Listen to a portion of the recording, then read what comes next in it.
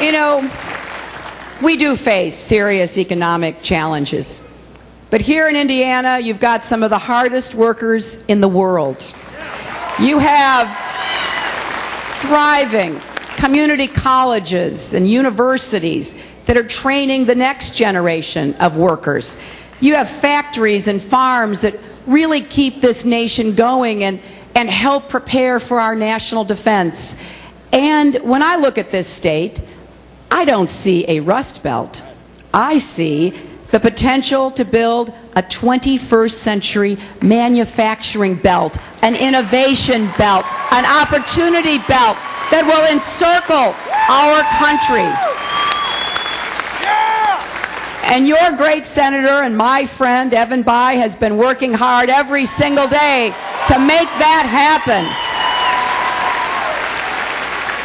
I have worked with Evan on the Senate Armed Services Committee. In fact, we sit next to each other. And I know how committed he is to keep defense manufacturing jobs here at home, pushing us to buy those defense materials we need to protect our troops that are made in America, providing more funding for the up-armored Humvees that are saving the lives of our men and women in Iraq and Afghanistan. Don't you think it makes sense that we can keep our troops safe and keep jobs in America by keeping places like AM General in business?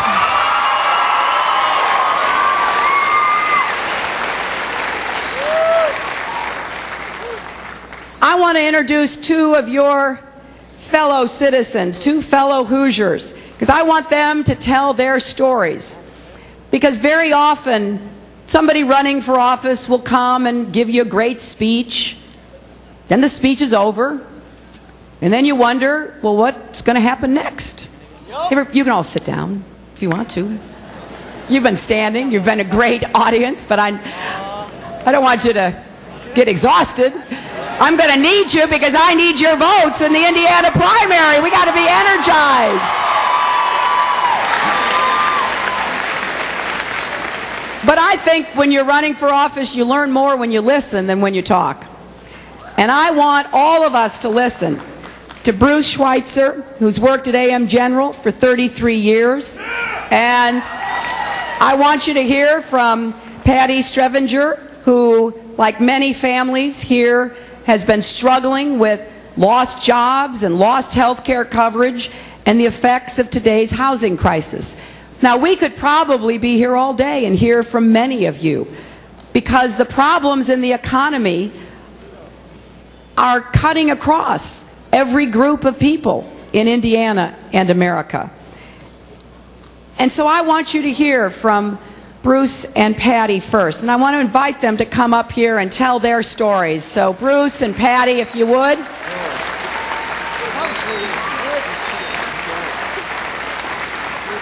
Do you want to go first? Or you want to go first? Hi, my name is Patty, and I'm not into public speaking, so bear with me, please. I am currently unemployed after 13 years with the same company. My husband and I's benefits were through my employer, so we have no health insurance. My youngest son was laid off a week before I knew I was being unemployed. My husband and my other son work for the same company that has laid him off. I grew up in a family of 7 children, 3 brothers and 3 sisters. I have one brother who's been looking for full-time work for a year and a half, and he has a college degree. I have another brother who is working for a temporary service and has no health benefits. The third brother left the area to get a job to support himself. I have a sister who works in a medical field and is anticipating that her job will be eliminated within the next 2 years. My last sister is full-time employed. They have benefits. I have a brother-in-law who is part owner of a company who is directly tied to the housing industry. Their income as of taxes for 2007, have dropped back to the 1998 level. My husband, unfortunately, 5 years ago, was also downsized from his job, and we lost 35% of his salary for him to get a job and stay in Indiana. But we're not as bad off as a lot of other people.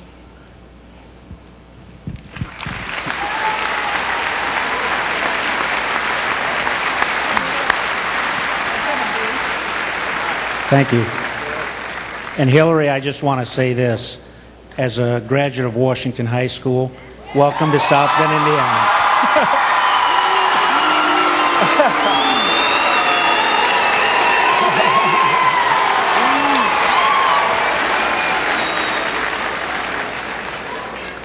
I'd just like to say I'm a lifelong resident of this community.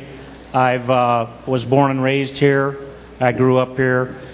I have worked for 32, it'll be 33 years this July at AM General Corporation.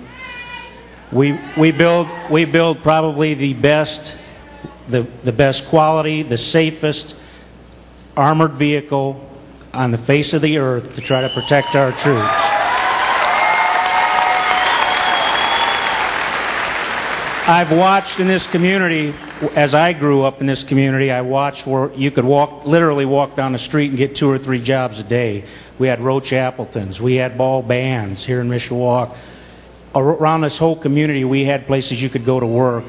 I look around today and the jobs are gone. We look at Honeywell, which used to be the Bendix Corporation, they're down to 300 employees.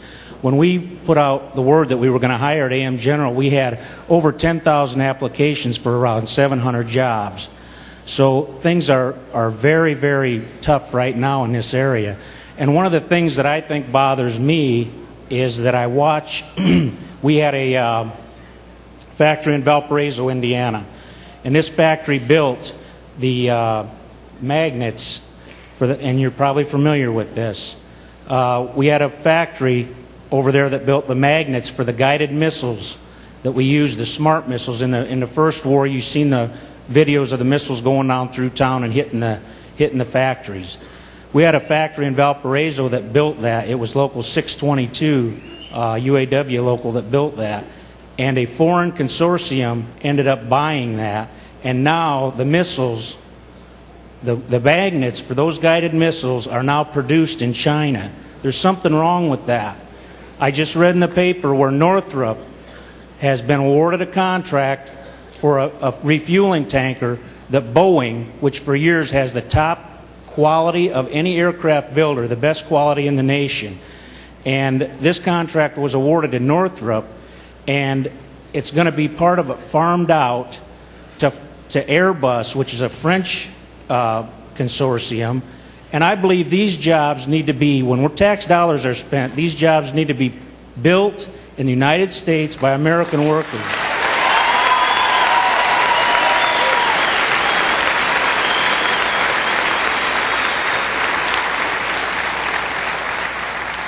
I recently had the pleasure of meeting your daughter, and I'm meeting your husband, the former president, and I've addressed the concerns with them, and I would hope that you and as you move on through this campaign will address those same issues of keeping good jobs in America.